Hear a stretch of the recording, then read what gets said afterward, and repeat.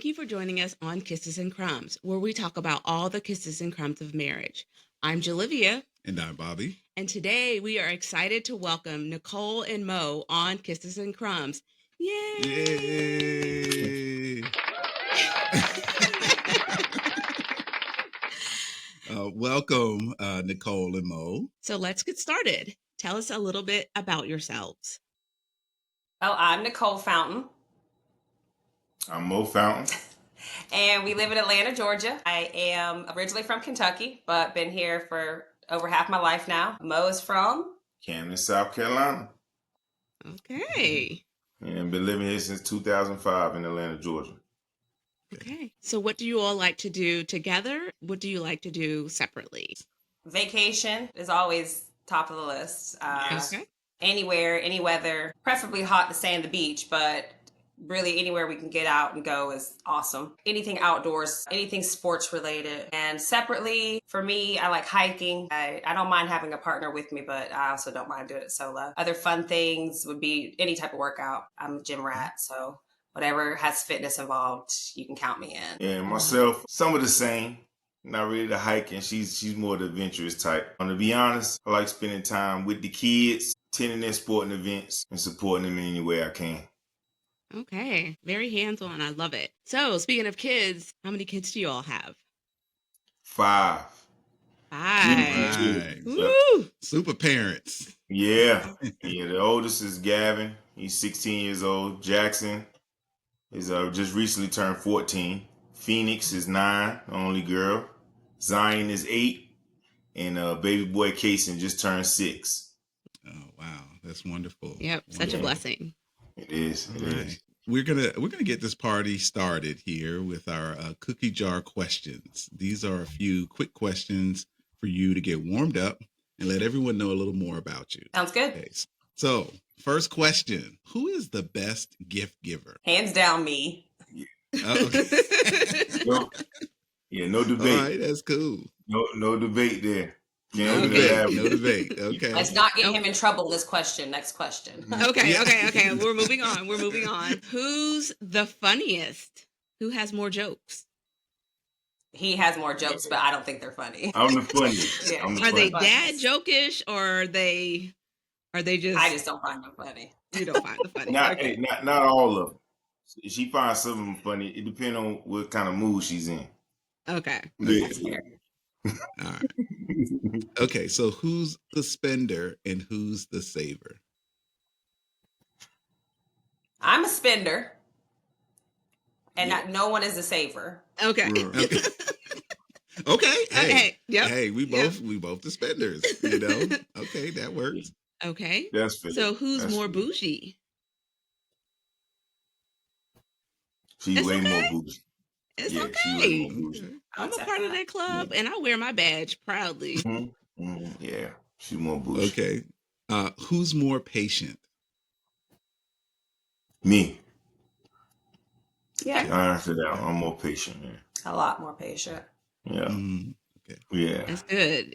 We definitely need one in a relationship, right? Somebody has to be. So, Yes. who's the better cook? I'd say very equal. Oh, It depends on if we feel like putting some love into the food. I mean, Mo's a better griller, okay.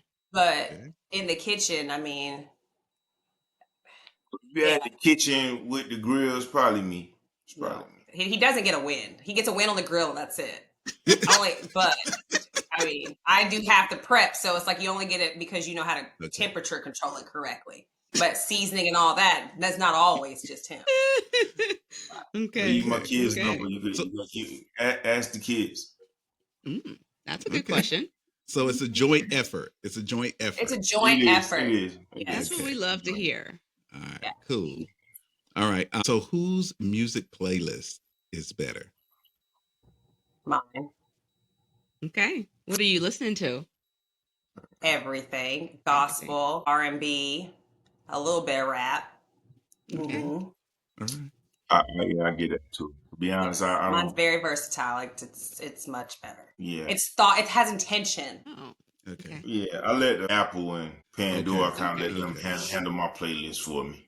Okay. Okay, so Yeah, you like Spotify. she actually and- creates it. Yeah, I just Okay. kind of roll with what they create based on stuff that I've been listening to. But yeah, Okay. so you got that All one. right. So who is first to say I'm sorry after a disagreement?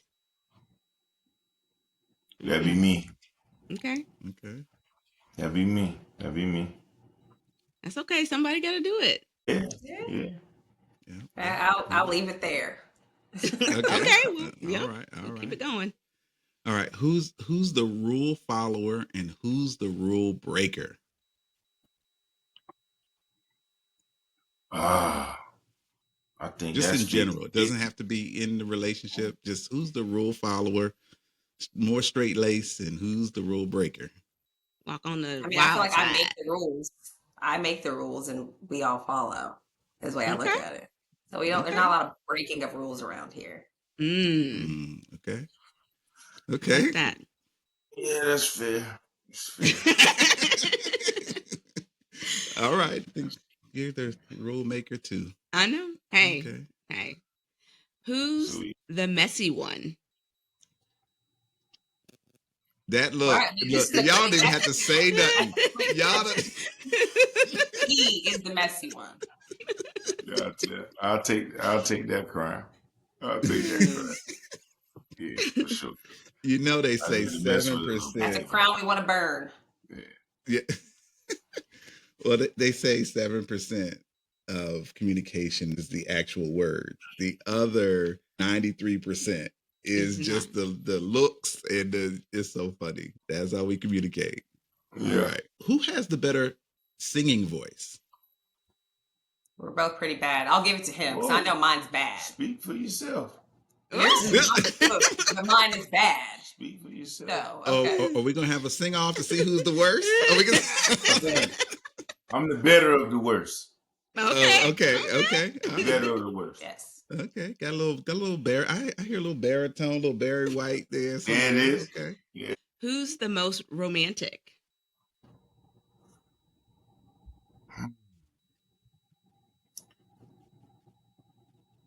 You're not. I think I am. I'll take that. I won't give it to him. I'm gonna take it. That's why I So said I we'll, was we'll gonna take it. 50 it. Okay. Well, let's pause for a second. 60-40. 60-40. What was real quick? What was the last like romantic thing that you've done for your partner? Now this is a bonus cookie jar question. What was the last romantic thing that you've done that you can remember?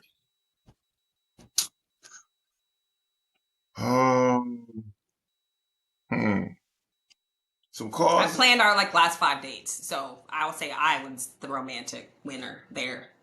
Anniversary, the last concert we went to. Well, just one. Just one. So Hey, yeah. listen. I'm the give more her her romantic flowers. because I get it checked Okay. off. All right. Don't you put them on the spot? What's the last? He definitely is. Bobby definitely is. But what's the last thing? I thought it was romantic and thoughtful to bring you flowers Okay. on your Exactly. brother's birthday. Yeah. My brother passed away, so Awesome. he did do that, and he brought me flowers on his birthday, and we are officially calling it his birthday. So it's Yes. romantic. It kind of sounds kind of.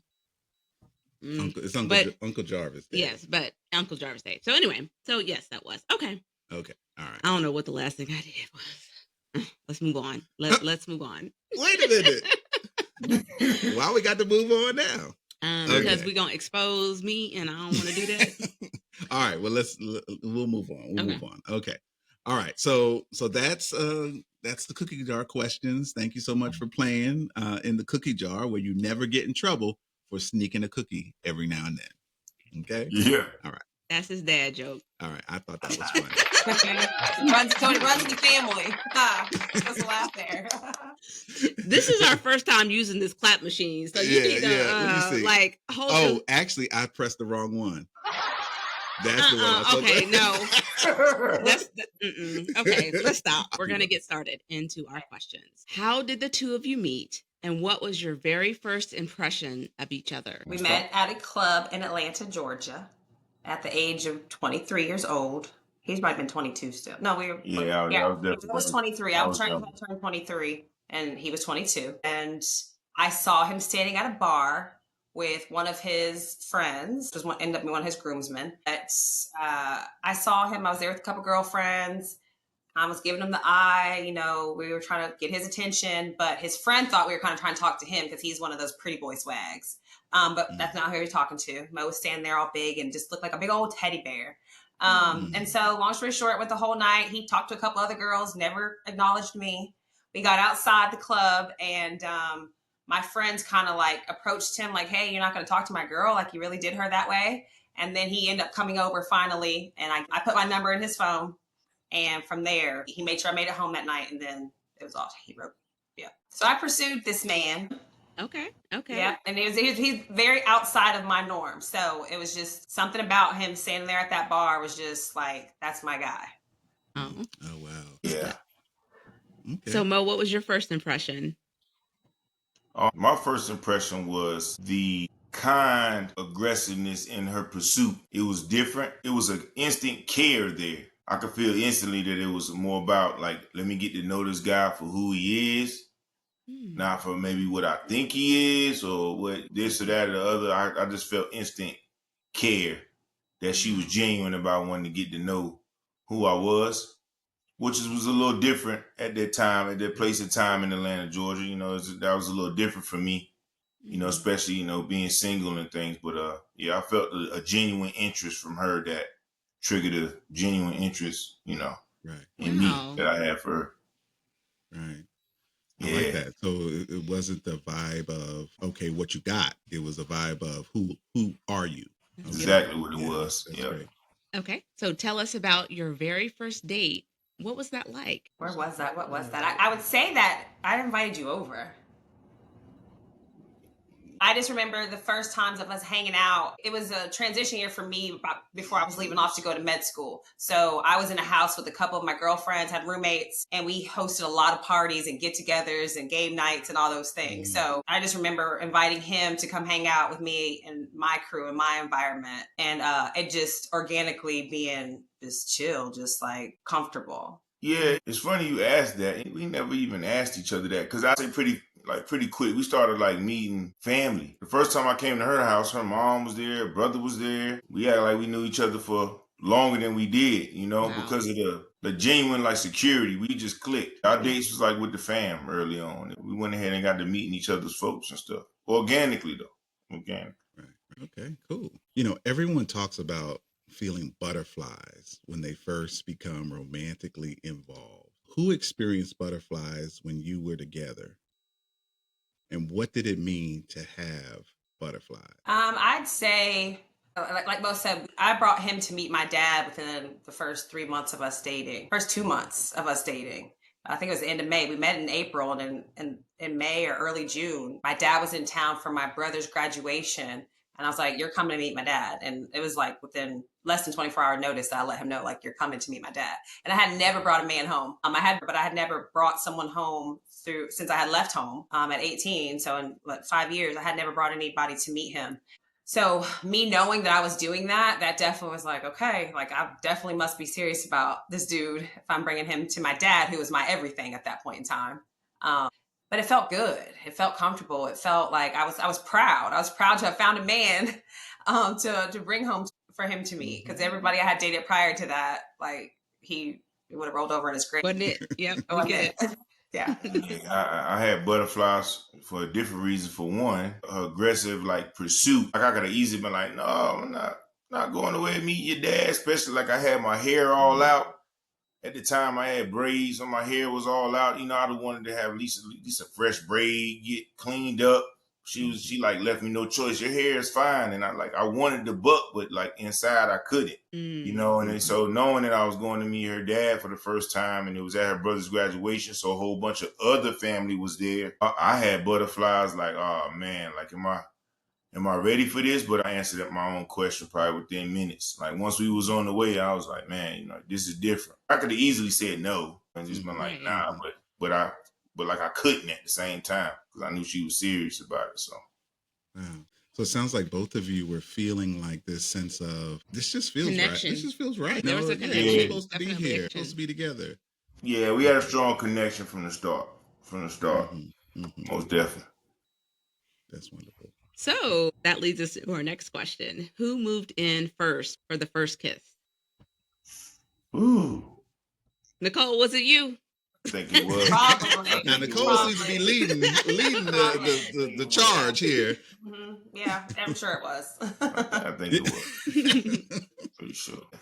And I would say my assumption is, Mo, you weren't like, no, I don't know about this yet. right. Nah, like He wasn't turning nothing down. nah, like I said, it was the connection. Like, it was a connection there, man. Yeah, it was pretty strong. It was strong, obviously.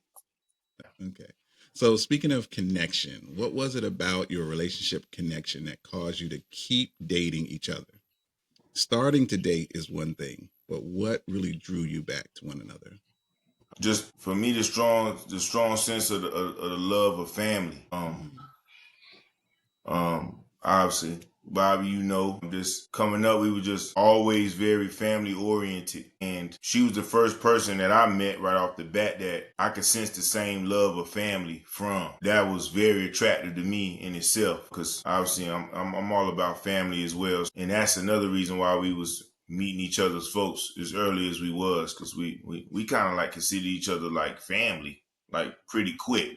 Sometimes people are hesitant on that and they waste some time before they meet each other's folks, whether it's friends or blood relatives or whatever. But we didn't hesitate on that. So I would have to say the love of family. We also had a trauma bonding in the fact that his grandmother passed away within a couple months of us meeting too. So therefore I chose to go home with him to the funeral and go through all that.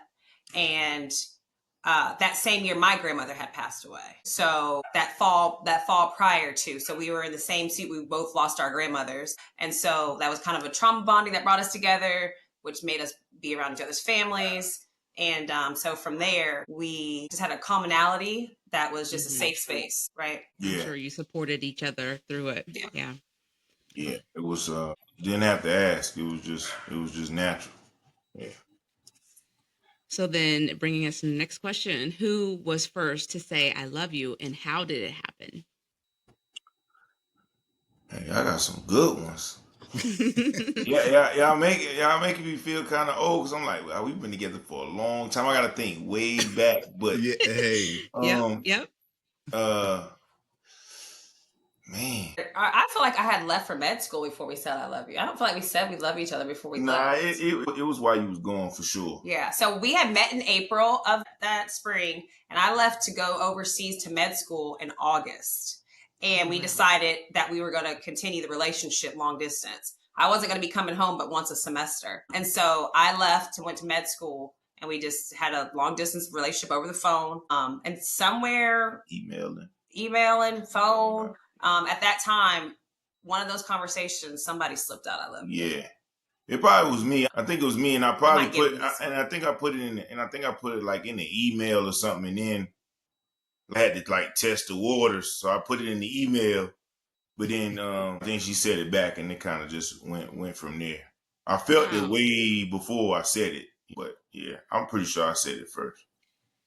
So y'all had not just a long distance. We had a long distance. What would you call international long distance? Yeah. That's a whole nother ball game. So wow, that's tough.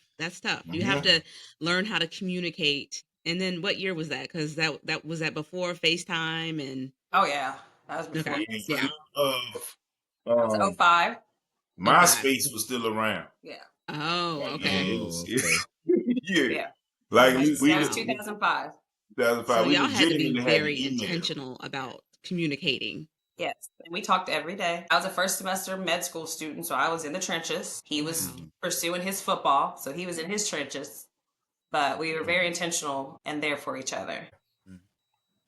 Well, it definitely speaks to that connection they talked about earlier. That was strong. The families met each other. You all had that to take with you. It had to be strong. There's no qualms about that. Hands or buts about that. Yeah. So you dated long distance. How did you know it was time to propose? And how did that proposal take place? So there wasn't a proposal. So we dated. Did you come out there for a semester? Yes. So at some point in time, I flew him out to see me in Nevis. He spent a couple days in between whatever football he had going on. He went back. We came back that Christmas break, and we met at my parents' Florida house. And his mother and brother came and spent Christmas with my family at our Florida house during that Christmas break. Then once that went how we wanted it to go, we went back, and then that spring, so a year later after dating, we kind of said, we're getting married, and we talked about it that spring, talked about it that summer, and then we set a date. We had set a date that summer for the next year. Yeah, and it was mutual, but like as you can see, she I needed to top line. She get Hey, I was like, I'll be done with med school. Just in case you have any second thoughts, I'm gonna tell you what's about to happen. Yeah. Because I had 5 semesters to do overseas. And so, like I said, during that second semester, we were like, okay, yeah, this is really official. During that third semester, I'm like, okay, we're setting a date.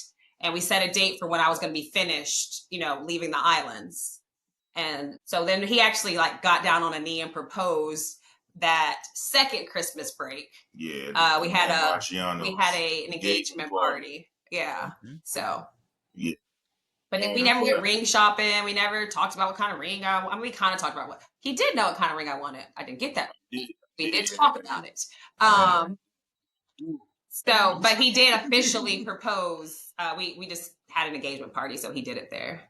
Okay. Well, y'all have something super unique. I was telling Bobby when we were preparing, I was like, they have such a special wedding date.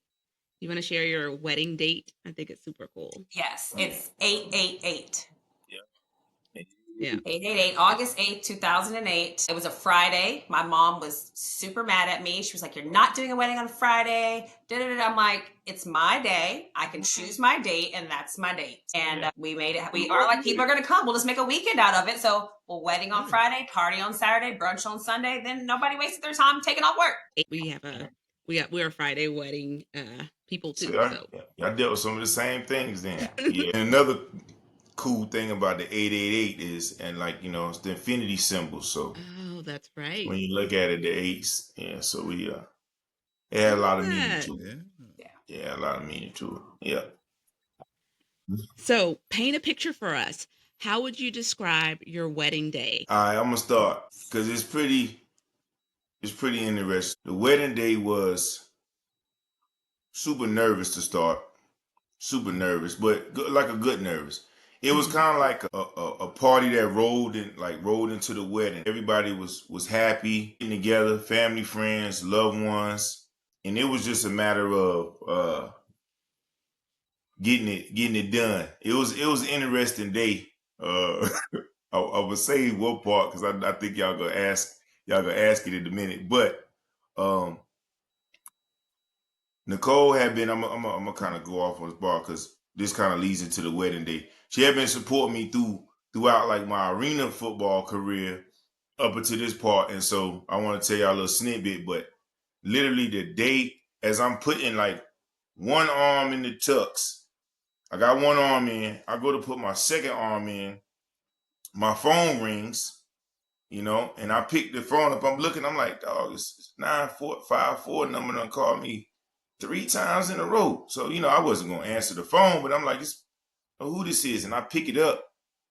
And it's the Miami Dolphins. It's the Miami Dolphins. Like, hey, they're like, Maurice, what are you doing? I'm like, I'm literally about to get married. Like, I'm about to get married, like, right now. And they were, I hope you don't have no honeymoon plan because we plan on flying you out here. We'll give you a day.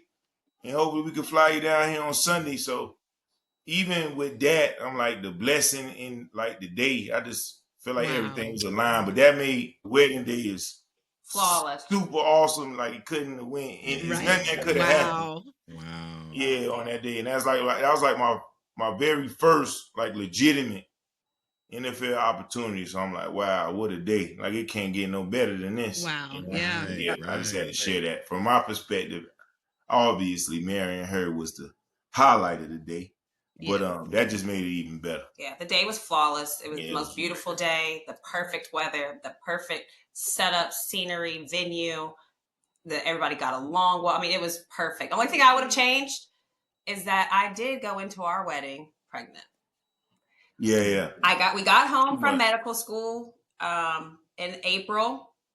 I was done in April. I moved to Utah with Moe. He was out there playing football, and we had a slip up, and we got pregnant. And so I was 8 weeks pregnant going into our wedding, and people found out at the wedding. You couldn't tell. My dress still fit. Thankfully, I didn't have to get any extra alterations, all that, because it was so early on.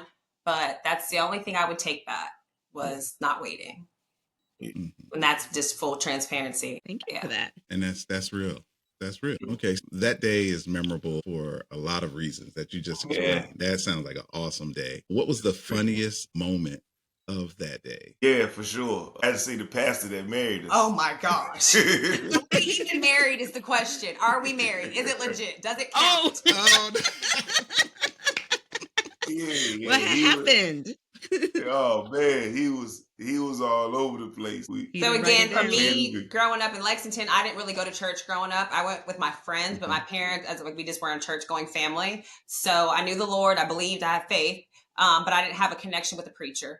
And then Moe being from South Carolina, he didn't really have one either. And like I said, I'm coming off of med school, so I've been overseas. So long story short, we had to reach around the city to say, hey, who can marry us? And I got a friend of a friend who told us about this pastor. He's got y'all. And he was fine when we talked to him. Yeah, we're like, he'll be fine. Yeah. Oh my gosh, y'all. Clammed up. He got up to it had to have been his first and only wedding that he performed. Wow. By the time we got up there and he's asking us to tell us to repeat the vows, we're like, did you even say the right things? And we're just like, we do. That's all we can say. We go back and look at the wedding video. Yeah, I sent it to y'all. Video. It was beautiful, but the words that were said at that altar were questionable. In a sense, it was funny, but it went along with the daily. Me and her had our inside jokes about it, but everybody else was just like just laughing about it, and it just look on with it. Let's get on with it in a good way. Right. Yeah, but it was still a great day. But yeah, it was him. He was the funniest of the day. Wow, bless his heart. That's all you can say. Yeah. Look, we still grateful. We're grateful. We'll have to come and watch that. I gotta check it out. He was just making up stuff as he was. He was one of them. I think this is what I say right about now. Write it down. So, is there a song that instantly takes you back to your wedding day? Yeah, Heaven Sent. Yeah. Keisha Cole. That's what my cousin sang me down the aisle. Yeah, that was it. That, Casey and JoJo. Yeah, but that too is Heaven Sent. Takes us back. That's the one. Every time I hear it, I think about it. That's the first place my mind goes, a wedding day. Yeah.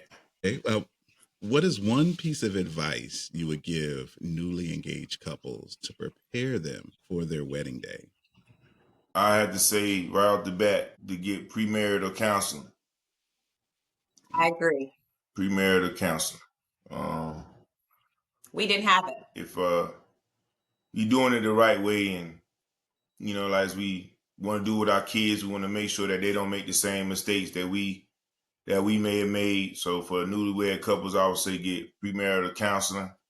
And depending on their religion, I'm pushing that on nobody, but we're Christians, so I would say, try to get Christian-based premarital counseling and try to do it all the way right. That's what my advice. I love that. I mean, wonderful. Every time we interview couples, really, they say the same thing, which is so true because it helps you establish things. You can do it without it.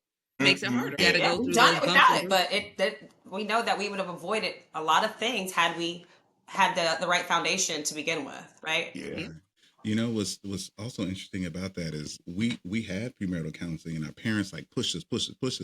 And at the time, I was like, I'm studying counseling. Why do I need to go to premarital counseling? But what I didn't realize is that marriage is kind of like a sport, in that before you go out and play the sport, you have training camp.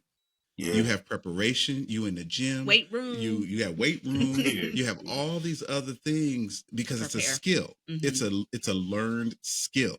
So you could either learn on the job, like someone throw you into a job and then you got to figure out how to play the game. You got to figure out what what not to do, what the rules are, and so forth. Or you can prep and you can train and you can have coaching and then go play your game. Yeah.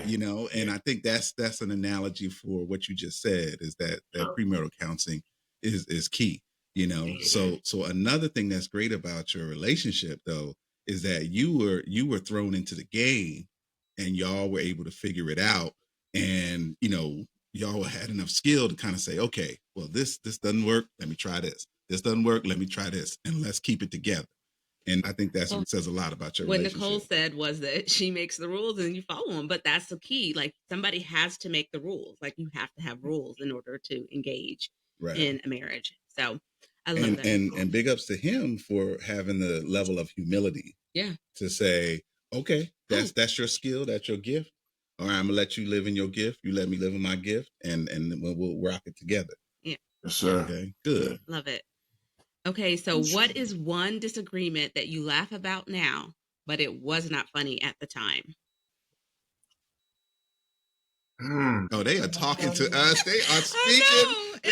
It's going on look, here. Look, y'all don't even have to say nothing right now. We done already got the conversation already just from your faces. Yeah, I'm trying to think about this one, man. I really want to answer this one. I would say that he really fought me on the home birth thing. Oh yeah. We really fought about, like, he was not okay with this. Yeah, that's a good one. That's a good one. But now it's like we were crazy not to have done it every time. Yeah, that's a good one. I'd say that's a good one. Yeah. So for the people that are listening, explain a little bit more about your home birth experience. How did that go? Okay, so again, I am a graduate of medical school. I never practiced. I knew about medicine through the books, but not hands-on yet. And so when it was time to have the baby, we wanted to have the most natural birth there was. We were going to do it at the hospital. We were okay with that, but we wanted to do it our way. So we did all the prep courses, really educated ourselves, and we're just super comfortable and didn't want to have any medicine, any intervention, just us and the baby, and me do it natural. Had a perfect pregnancy, no issues. Everything was wonderful. Got to the hospital, labored for some time, and then they said that the baby wasn't doing well. And so that I wasn't tolerating the pain well. I mean, I had taken showers, I had walked the floor, all the things. And they are like, we need you to get an epidural. So I was like, I really don't want to do any medicine intervention. They kind of pressed it upon me. We did it. And from there, baby still didn't do any better. They said his heart rate was dropping too much. I wasn't tolerating. And long story short, they're like, you're going to get a C-section. And I mean, we hadn't read a thing. We hadn't thought about it. It was nothing in our minds that this was going to be. And so, I mean, to the point where I didn't even know how it felt to be under with this epidural, not having the feeling. I'm telling Mo, I'm about to die, you're going to lose your wife, go be a wonderful parent to our child. I mean, it was a traumatic situation, me getting rushed back there. My mom was with us. And again, he's believing everything I'm saying because he knows that I'm in med school. So I know everything that's happening right now. My wife is about to die. So fast forward, had Gavin. He was healthy as an ox. I had my C-section. I recovered well accordingly, but I knew I never wanted to be in that situation again. I felt very violated in my birthing experience. I felt like they stole my birth story from me. They didn't listen to me. And it wasn't good. And so from there, I vowed, like, we're not doing this again. And so fast forward, we got pregnant with Jackson about 2 years later, our second child. They're like, well, you've had a C-section now. You always have to have a C-section. You're forever a C-section. That's what they were pressing on us. I'm like, no, I'm going to push this baby out. I could have pushed Gavin out, but you all stole that from me. And so we stayed with the same practice because also that day we went to a practice that had midwives and had rotating doctors. So on that day, I didn't have my doctor. And I feel like that also made a difference because they didn't know me, right? I had rotated between some of the other doctors, but on that day, the person who showed up didn't know me. They didn't know my strength. They didn't know my background. They just treated me like another Black woman here. I'm not listening to her. We're going to do it our way. And that's how I felt. And so we stayed with the practice because I wanted to stay with that doctor. Again, another healthy pregnancy. Got to the time where I birthed at home as long as I could. I ended up going to the hospital because I was going to be cautious about a vaginal birth after cesarean, VBACing, right? Because I didn't want anything happen to me just because I'm trying to be stubborn. So I was willing to go to the hospital to have this baby. So we went, and they tried to push the epidural. They tried to push the epidural again. They tried to schedule, even before that, they said, well, we're going to schedule you for a C-section. I said, you can schedule whatever you want, but I'm not consenting to show you that I'm going to be on your schedule. But yeah, we got there. They tried to push epidural. They tried to push C-section, all these things. I'm like, let me birth. And from my experience, from the first one, then out. So I'm backing everything that she's saying. Like, I'm checking in with her, make sure, like, look, you getting ready to push Jackson out. Like, we're going to push him out for sure. Like, we're going to push him out. And they was trying to just, get it over with quick, but she ended up birthing him pretty quick. And so I was like, look, if we had went their route, they would have messed everything up, Yeah. And so had Jackson, that was good. Then moving on to, we always knew, so I also rewind back. When me and Mo first met and we talked about kids and marriage, we both wanted 5 kids from the beginning. We both were on the same page about having big family vibes. So it was something we always went, we're like, yeah, we're going to have us 5 kids by 35. And so, like I said, we had the first one at 26 and then Jackson at 29. And then we were shooting for Phoenix. And we had a couple losses. We had a couple miscarriages. We weren't getting pregnant like we thought we should. One of the pregnancies was ectopic. Then the next one blew out my tube. And so we had some miscarriages. We had 2 miscarriages then. And then finally we decided, I was like, look, I'm kind of sick of waiting and we need to kind of know why we're having these miscarriages, what's going on. So Mo went and got his semen tested. I went and got myself tested. They said everything was fine. So that was good. We're like, okay, well, what else can we do to speed this process up? Because we got to get 5 in by 35 and we're sitting at 30, 31 and it's time. And so we ended up going to a fertility clinic and we decided to do artificial insemination. And so that was super non-invasive. You just have to time up when you're ovulating and then come in and he gives a semen sample, you put it in and boom. So that worked out for us. First try, got pregnant with Phoenix. 2 for 2. And we went and did that. Had her. It was a beautiful pregnancy again the whole time. But this time I opted to keep my OBGYN because I had insurance, right? So I was like, I'll go to him for the major checkups, but I'm getting a midwife, I'm getting a doula, and I'm doing this thing at home. So I went to one of the elder midwives in the community, hired her, had a good time through it all. Again, Mo was like, he understood me wanting to pivot there, but still wasn't so easy about it. I mean, he just knew I wanted another vaginal birth, didn't want to do a C-section, and he had lost some faith in the hospital systems. So went through that process, doing the midwife check-ins, all that. Used to have my friends would come to some of the visits with us because I opted to have about 4 or 5 girlfriends here the night that I was going to give birth. And so that night came where I went into labor with Phoenix. We birthed at home, but then my midwife gave up on me. And she said, we need to go to the hospital. I don't think you're going to make it. So trauma, okay? Traumatized. Like, what do you mean? Why? My doula was like, it was down. She was like, we're good. We're fine. And so soon in the middle of birth, like in the middle of this whole situation, the middle of the night, she's like, no, we need to go to the hospital. We've tried long enough. And so it was just devastating. Okay. Wow. My community of girls we're all like, no. Mo and my mom, who were already hesitant to us doing this, we had the birthing pool here. Yeah. We had everything ready to go. And she was like, no. And so long story short, we get in the car, we hit 285 and back to the hospital again. Within minutes of getting in the room, I pop out Phoenix. Yeah. So had we just waited, I would have had my home birth. Yeah, take no time. No time. It ain't take no time. I mean, maybe 15 minutes. So we got there, baby number 3. But again, healthy baby girl, vaginal birth, fine. Fast forward to birth number 4. Who was that? Zion. Everything was good with him. Again, we wanted to have back-to-back because we were still trying to get in 5 by 35. He was going to be our 5th at 35. He was going to be our 4th. So we were behind. So we were like, fine, we'll deal with 4. And during that pregnancy, my father fell ill.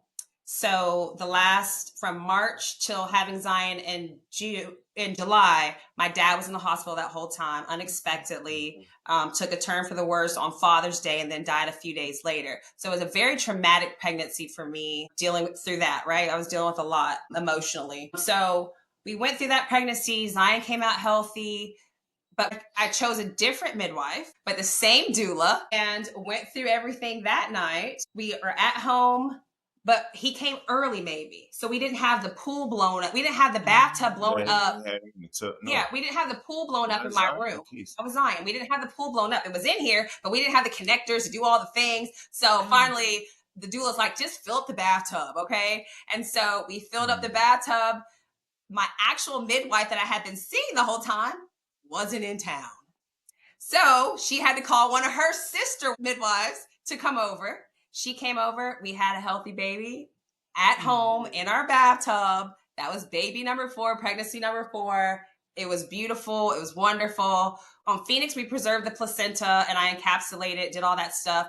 But with Zion, we kept the placenta. And remember, Tawana, she read the placenta. So I have a cool story. I'm sorry that we're going off on this, but this is like really important. No, it's great. We had Zion at home in the bathtub. It was beautiful. Mo was there. Like at least 4 or 5 of my girlfriends was there. My mom was there. And then the midwife came in town the next morning and had the placenta, and they believe in placental readings. And long story short, she looked at this placenta. It had a beautiful tree of life on it. And with that tree, it showed the pain that I had been going through the process of my father dying, but it also showed a connection from Zion to another child. And she was like, this placenta has so many readings in it. I'm sorry, I cannot encapsulate it for you. I can't do anything. She's like, she said, take this placenta and go bury it. It's currently still in our garage in the glass container that she gave it to us, and we never buried it. She told us to. She said, go bury this. She said, keep it. Like it means something. We never did. So moving on, we're living life. We got our 4. We called Zion. Me and one of his teammates' wives, who I met when we were in Utah, when we conceived Zion, were pregnant at the same time. They had 3 girls at the time. We had the 2 boys and the girl. And we were pregnant for the 4th. So we were calling this the 4th and final pregnancy since we were 35. Yeah. So we kept on saying this is the 4th and final. Zion is the last dawn, blah, blah, blah. After that time, I breastfed all 4 of the first kids and everything went well. And I was like... And she wanted me to go get vasectomy. I was super hesitant on doing it because we had been trying, a 3-year, 4-year span between Jackson and Phoenix. And I'm like, it wasn't locking up after they had to remove one of her tubes. So I wasn't in no rush to go get a vasectomy. Because I'm like, look, we already had so much trouble trying to conceive. Yeah, there's no way you conceive. Like this, it's been proven. That's why the last 2 beautiful babies had to come from insemination. So I wasn't in the rush to go get a vasectomy. So we're moving on through life, and we know we're done having kids. And so it's mommy makeover time. So we went to the doctor. We did all the little consultations to get some breast work done. So it's surgery day, and we get there, and I'm waiting in the lobby and getting ready, to have my coffee, about to watch some Stephen A. and some Sports Center. I'm just gonna wait. The doctor was like, I'll come get you in about 20, could be 20 to 30 minutes. We're gonna do our little pre-examine things, and all that type of stuff. So I sit there and I'm getting comfortable, and then the doctor came and got me in about 5 to 10 minutes. And I'm like, he's like, Mr. Founder, I need to see you for a minute. So, I'm almost jogging to the back. I'm like, what's up? Everything all right? He's like, just come to the back. So when he didn't answer the question, I'm like, oh Lord, like what's going on, man? Right. I get to the back, and I finally get in the room where she is, and she's like over there in the corner, like freaking out. She's like, oh God, no. Oh God. I'm like, oh God. I'm like, what's going on? What's going on, doc? Wow. And he pointed at the sink, and it's a pregnancy test there. And lo and behold, she pregnant. Oh my goodness. She pregnant. Oh my goodness. Wow. We gotta postpone. He said you gotta postpone this for a whole year. So hey, that was the blessing. That was God's plan. it. Yeah. And, Kason was fast forward is another beautiful home birth. At this point, we vets at it, so it was in the birthing pool this time that we had filled up properly, that was warm and ready to go the whole way. Fifth time around, like he said, we were pros. We had finally got it right. We got it all the way right. It wasn't nothing. Again, I kept a doctor. I kept a new doctor that time, and actually, we had the privilege of one of our kids' teammates' moms who was a doctor who I had switched to as my regular OBGYN, and we invited her to come to the home birth. I was like, why don't you? She had never seen a home birth before. Dr. Keela. Small. Yeah. And so, again, I had my midwife, I had my doula, but I had her come over so that she could witness, because she was traditional medicine. And so it was just another beautiful night 6 years ago, 6 years and a week ago. And that's how we got to home birth. And it started so traumatic, but it ended beautifully. And now I am the strongest advocate for just educating people on the business of being born, which was the video that I watched that made me learn what home birthing is. Wow. Kason was born November 9th, and he's the real last Dawn. Yeah, and I was at Georgia Urology December 5th. Yes. With no waiting. Because it can happen, right? Right.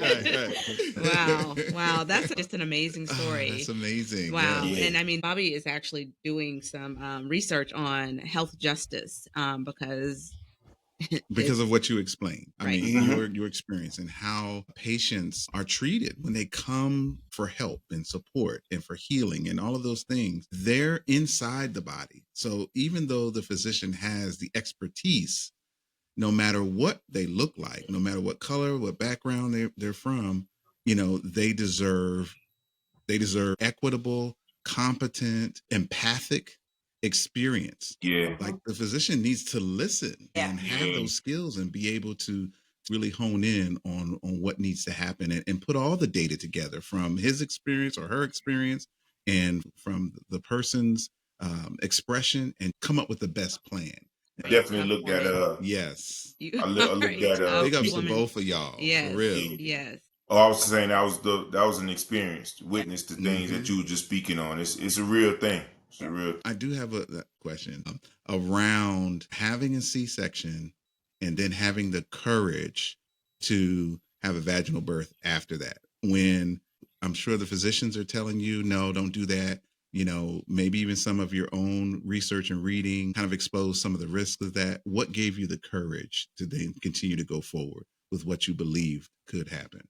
I knew what our bodies were made to do. I knew what God formed our bodies to do. And I knew I was strong. I mean, again, I that was my first time of being robbed of my capabilities, right? That was the first time I had really faced someone being able to take advantage of me, I felt like. And I didn't want to feel that again. So they just empowered me to make sure that I advocated for myself. And again, and going through that also is what took me away from my passion of medicine, traditional medicine, dealing with those kind of people that wasn't like-minded with them. I knew my family meant more. Yeah, so wow. Powerful. Yeah, witnessing that was not just a newfound respect for her, but I had a newfound respect for like the woman body in general. And like how strong like they really, really are. Just going back in times, this is like, man can't do that kind of stuff, bro. Like we weren't built for that. Like women is strong in a whole different sense. Right. Just to be able to give birth, period. And then to see her do that without no medicine and over and over again, it was just like, yeah, man, it's like, you can really do anything. Watch me work. You really did. You can really do anything you put your mind to, really. Like, mind over matter is a real thing.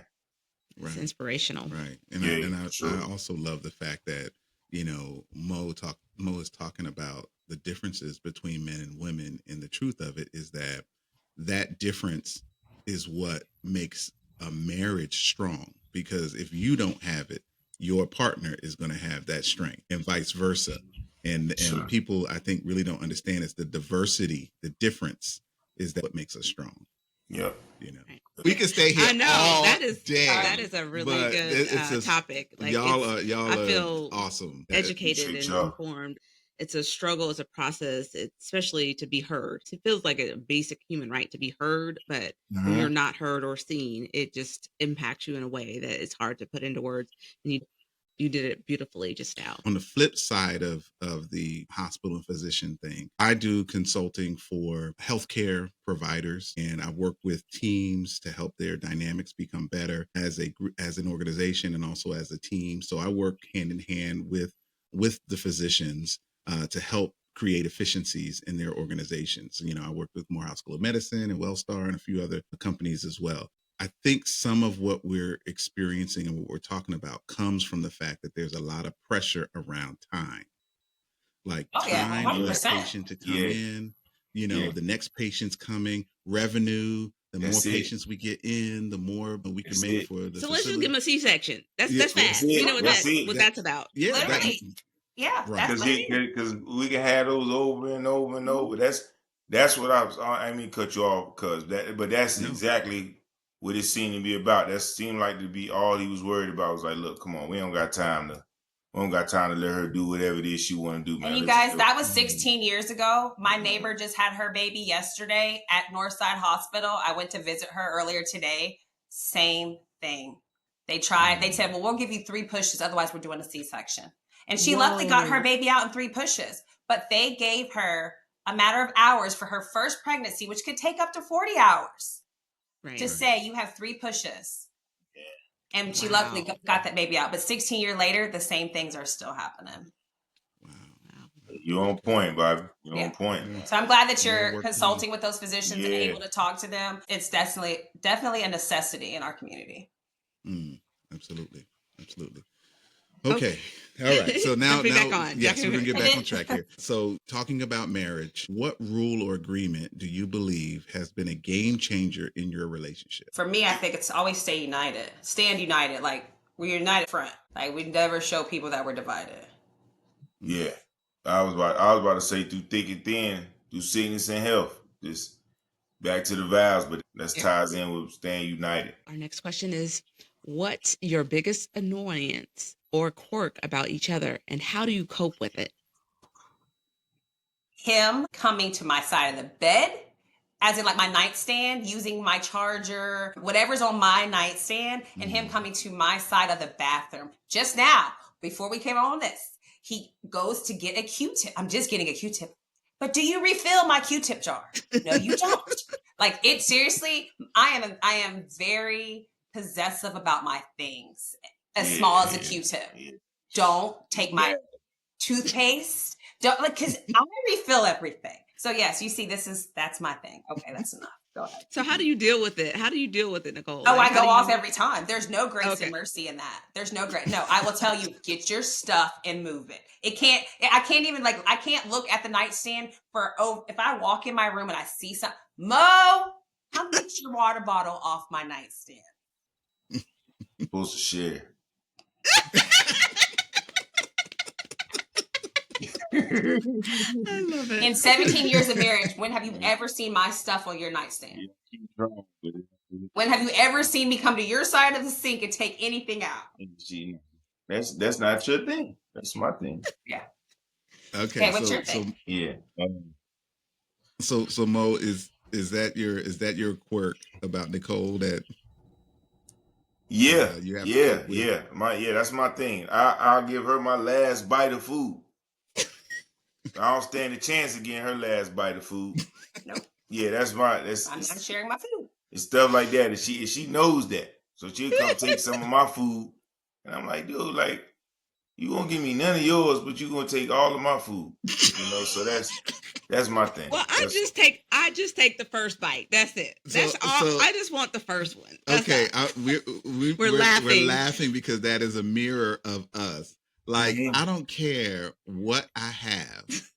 I can have a ginger chew, like one of those ginger chews. You're exaggerating. If I open it up, she'll be like, let me get a bite of that. Yeah. It's only one. No, I don't. Or if I have a plate of food, that's definitely all of a sudden I'm gonna set aside a little bite already. Okay, because I know it's coming. She gonna get a little sample. Yeah. That's it. That's it. Same. Okay. Nicole, right. you were born in April, right? Yes. Maybe that's it. Maybe that's Yeah. it. Maybe That might I was be born in it. April too, so. It might be on to something. Okay. So, what is your top 2 love languages, and what does your spouse do to honor them? Okay. And so when we say love languages, we're talking about words of affirmation, acts of service, receiving gifts, quality time, or physical touch. Mine's What's acts your of top 2? service. Acts of service is my top one, and then after that would be quality time. Okay. Yeah. Yeah. I'm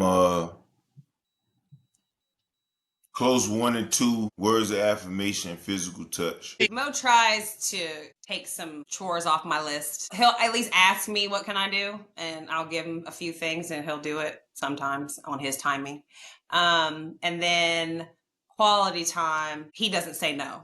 So if I propose something, it's always a yes. So he fulfills that if I desire, for sure. Yeah. That's big. That's really big. Yeah. Yeah, and like I said, words of affirmation is just to a default, probably like look for validation. Sometimes I just like for, hey, I love you, physical touch, just kisses, hugs, of course, a little hanky panky in the bedroom here and there, you know what I mean? Without me having to ask, that's awesome. That's just what I like. Those are my main things. And she does a good job of that. Depends on how. Oh, I do? I don't feel like I do. Yeah. It's hard for me. I'm more stubborn. Yeah, she gets a lot of grace. It's where he pushes me to be better in that for sure. Like it's an area I definitely need to improve on as far as words of affirmation. And which we brought that up many times, like in our counseling sessions and all that. It's like you need to affirm more, and I'm like, okay, I'm going to. So I do need to be more intentional in that. And then physical touch, I just have to stop being so transactional with things, right? I'm like, well, if you didn't do this, then I'm not doing that, right? But it's, again, we really love each other. We really like each other. When we like each other, we like each other hard. So it just ebbs and flows on, if you're getting those love languages met.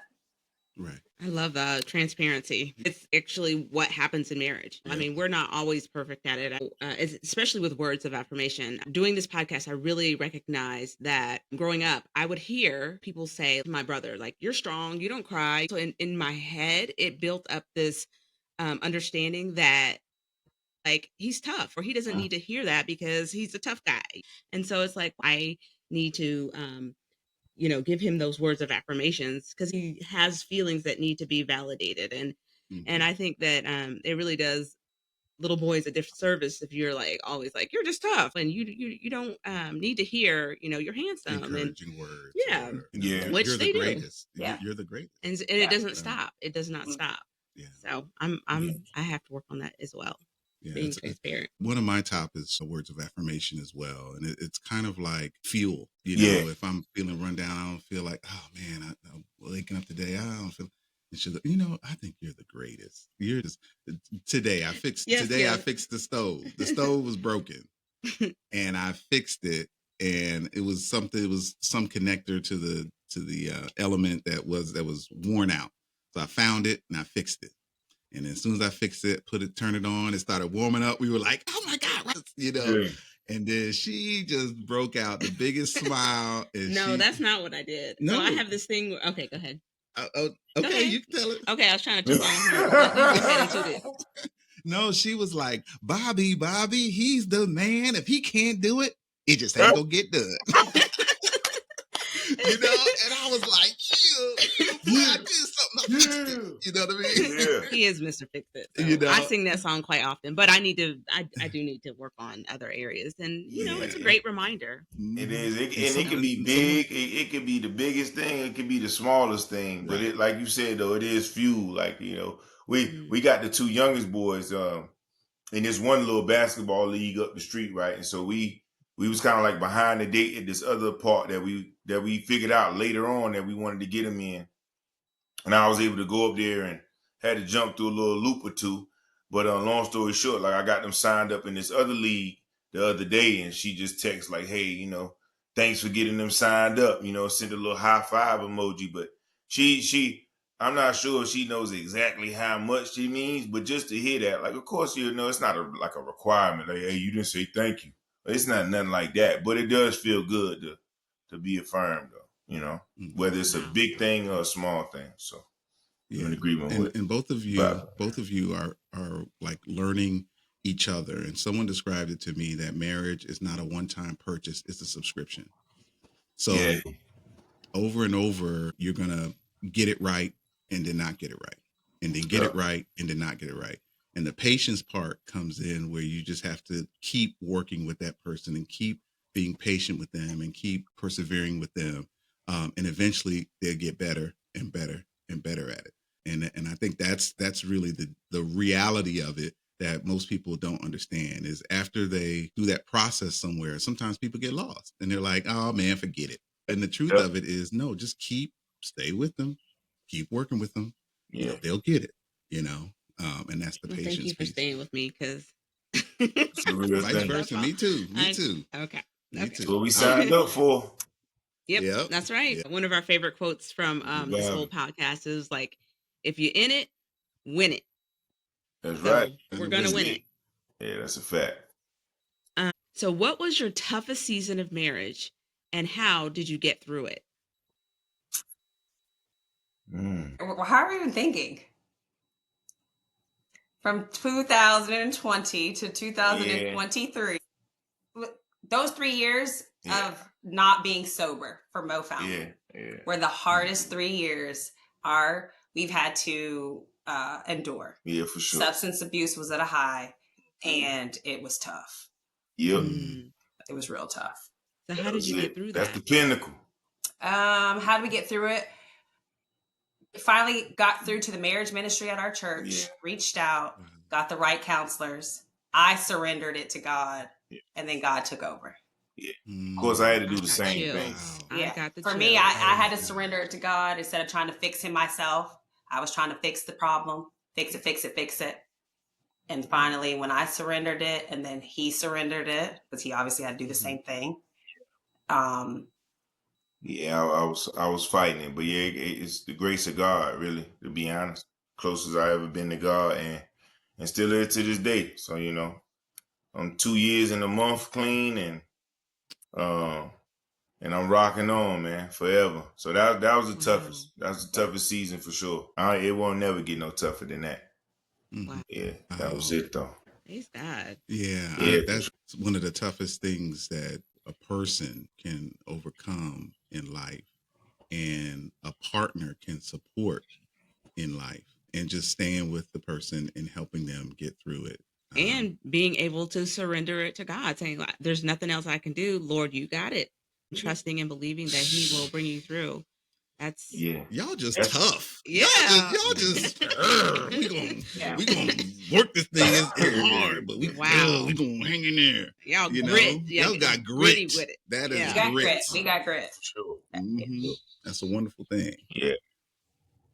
We're kind of winding down here with the last few quick questions. Now we're going to talk a little bit more about the wisdom that you would like to share with other couples. Sprinkles of wisdom. Sprinkles of wisdom. What was the most important compromise that you've had to make in your marriage? For me, I would have to say I had to admit having to be, the man, the leader. I had to pretty much submit that she was better at handling finances than I was. And that's a compromise that, obviously working to get better, but still understanding that, she's better suited in that. So it's, it's different compromises, but being able to admit the areas you're weak in and using your partner for the areas that they're strong in, being able to compromise.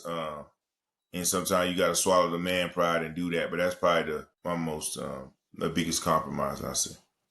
Wow. Excellent. My biggest compromise, I'd say, is the forgiveness I've had to continually do to get past those tough years that we had recently gone through.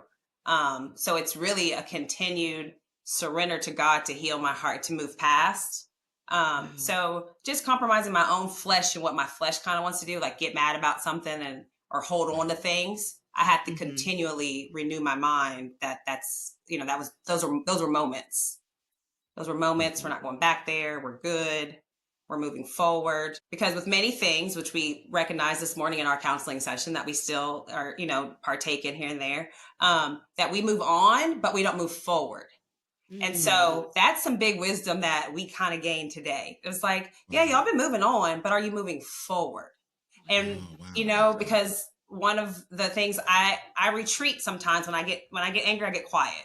Instead of, we don't have big blow ups. We don't do the loud, big fighting, all that stuff. We kind of pull apart instead of come together. And so it was advised us to stick in it longer so that you can move forward instead of just moving on. Because when you move on, the stuff is still there. You just rip the Band-Aid back off. So again, yeah, I'd say I've compromised just learning to continually to surrender stuff. Wow.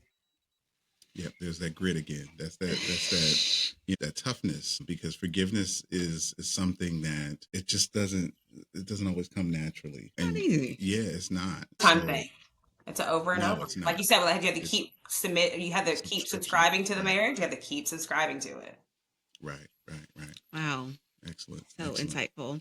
What are the pitfalls or things you'd caution others to avoid in marriage? Go back to the tool we just learned. The truth. Yeah, versus being honest. Yeah. Ooh. More. Yeah, tell me. Let me get it. Yeah, you got this. The truth is, you can tell the truth, but you can tell the truth. You can tell the truth, but it might not be the whole truth. Like I could tell, part of the truth. I slept good last night. But night. it's still, it's still truth. But being honest, for example, like, how did you sleep last night? Like, I slept all right. It was cool. But if I'm being, that's the truth. I did sleep all right. But being honest is, I slept all right. But, Casey came in the room, woke me up once. I was able to go back to sleep. But then, Zion came in the room, woke me up again. I was able to go back to sleep. But, all in all, I still ended up sleeping okay. So it's like, telling the truth, you can still be holding back part of some things, but if you're being honest, you gotta be like fully transparent. So that's what I would that's what I would recommend. Yeah. I think it's gonna be more freeing if you live that way.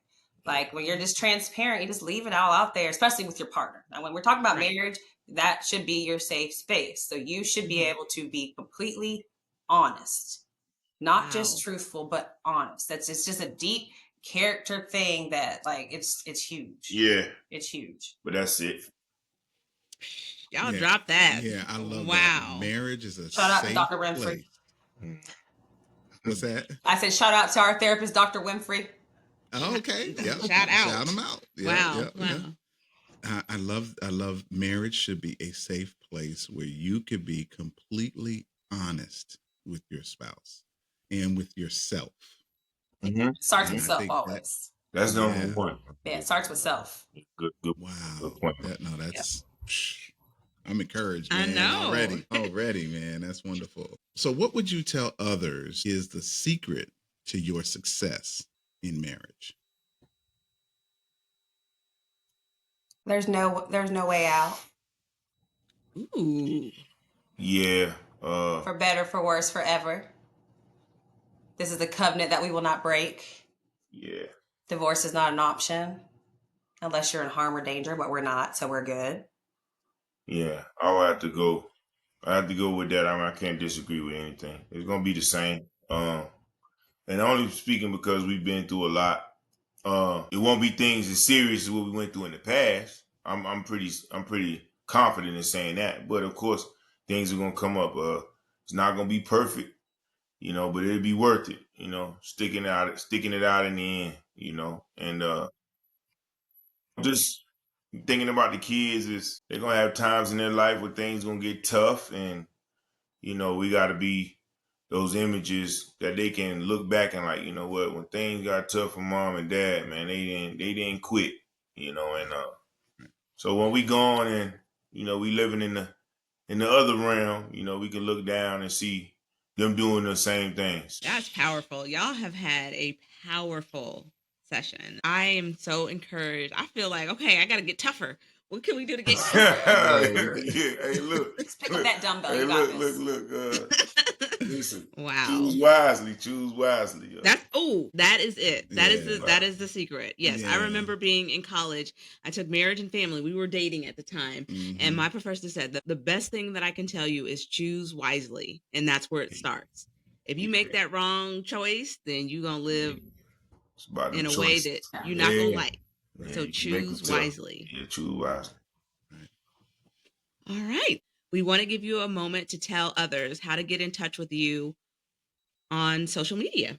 If they have questions or they want to make comments. Sure. I have an Instagram page. It's at medschool, MEDSKOOL 44. Shout out to the game back in the day. If anybody remembers the game from BET, that was med school and the football player. That was us when we started off. So that's where my hashtag came from. Yeah. And I can be reached at Moe, MOE_fountain. So if you've enjoyed this episode, please like, share, and subscribe to Kisses and Crumbs on Apple Podcasts or on all the multiple social media platforms.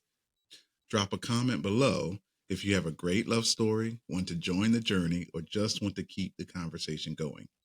And until next time, this is Kisses and Crumbs. May your days be filled with sweet kisses. Because marriage isn't perfect, but it's worth every crumb. Bye-bye.